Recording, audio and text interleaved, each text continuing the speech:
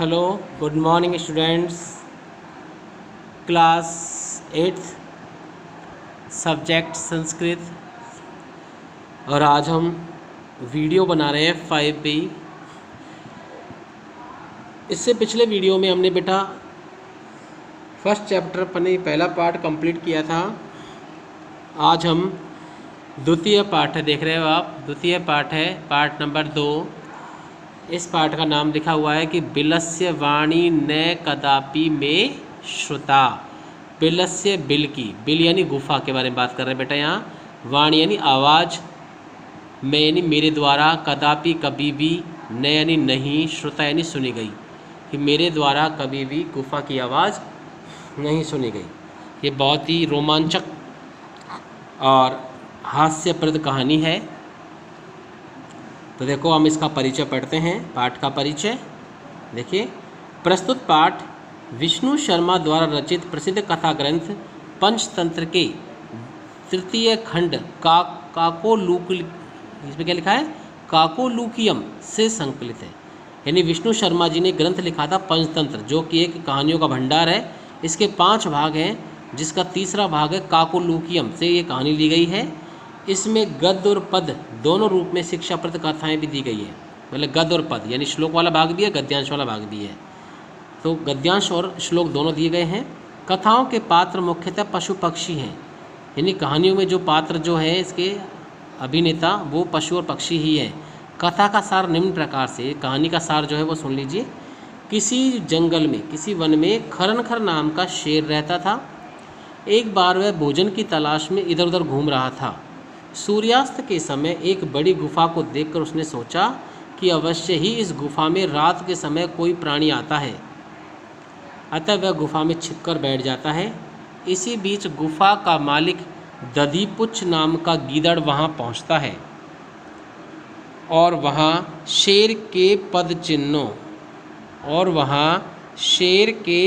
चिन्हों को देखकर गुफा के बाहर खड़ा हो जाता है। गीदड़ सोच विचार के पश्चात गुफा से कहता है कि हे गुफा, समझौते के अनुसार तुम मुझे आज क्यों नहीं बोल रही हो या बुला रही हो।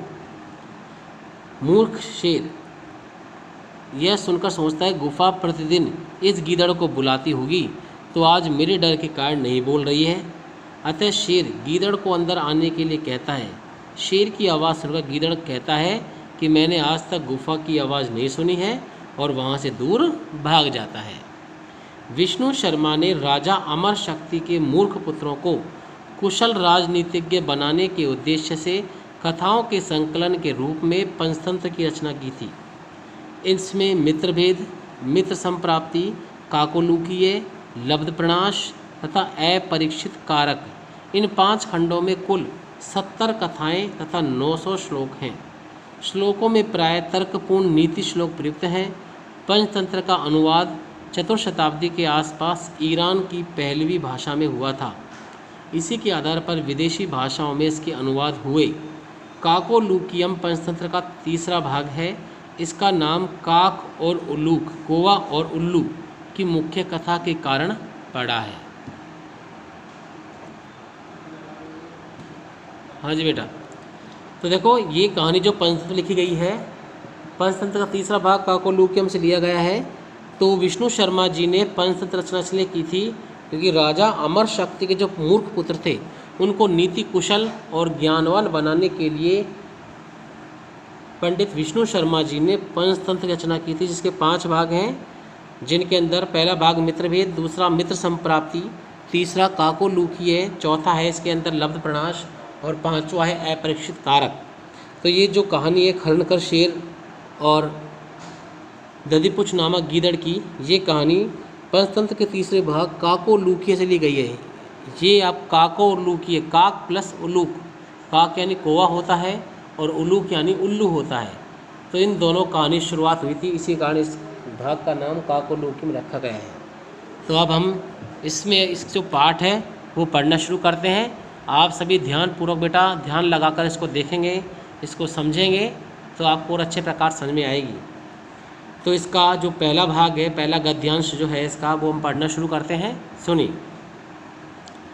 कस्मिंचित् किसी वने जंगल में खरन खरे, खरन खर ये बेटा नाम है, नाम है नाम का, सिंह है शेर, प्रति वस्तिस में रहता था। किसी जंगल में खरनखर नाम का शेर रहता था। स वह कदाचित कभी इतस्तः, देखो बेटा इतस्तः लिखा है, इतः प्लस ततः संधिचित होता है इसका, तो इत यानी होता है इधर और ततः यानी होता है उधर, तो इसका अर्थ क्या हो गया, इधर उधर। परिभ्रमण घूमते हुए, क्षुधार्त भूखा, न किंचिदपि कोई भी, आहारम भोजन न प्राप्तवान नहीं प्राप्त हुआ था। वह कभी इधर उधर भूखा घूमता हुआ, कुछ भी उसको आहार या भोजन प्राप्त नहीं हुआ था। ततः उसके बाद सूर्यास्त समय, सूर्य छिपने के समय या सूर्य अस्त होने के समय, एकाम एक, महतीम बड़ी, गुहाम गुफा को, एक बड़ी गुफा को दृष्टवा देखकर, स उसने अचिंत्यत सोचा। उसके बाद सूर्य अस्त के समय एक बड़ी गुफा को देखकर उसने सोचा, नूनम, देखो बेटा नूनम का अर्थ होता है निश्चित रूप से, क्या अर्थ होता है, निश्चित रूप से। एतस्याम इस गुहायाम गुफा में, रात्रौ रात के समय, कोअपि कोई भी, जीव है जानवर या पशु, आगच्छति आता है, निश्चित इस गुफा में रात के समय कोई जीव आता है। अतः इसलिए अत्रैव यहाँ ही, निगुड़ो छिपकर, भूतवा होकर यानी छिप कर के, तिष्ठामी बैठता हूँ या रुकता हूँ, इसलिए यहाँ ही छिपकर बैठ जाता हूँ। वापस सुने, किसी जंगल में खरनखर नाम का शेर रहता था। वह कभी इधर उधर भूख से घूमता हुआ, उसे कुछ भी आहार प्राप्त नहीं हुआ था। उसके बाद सूर्यास्त के समय एक बड़ी गुफा को देखकर उसने सोचा कि निश्चित ही इस गुफा में रात के समय कोई जीव आता है, इसलिए यहाँ ही छिपकर बैठ जाता हूँ।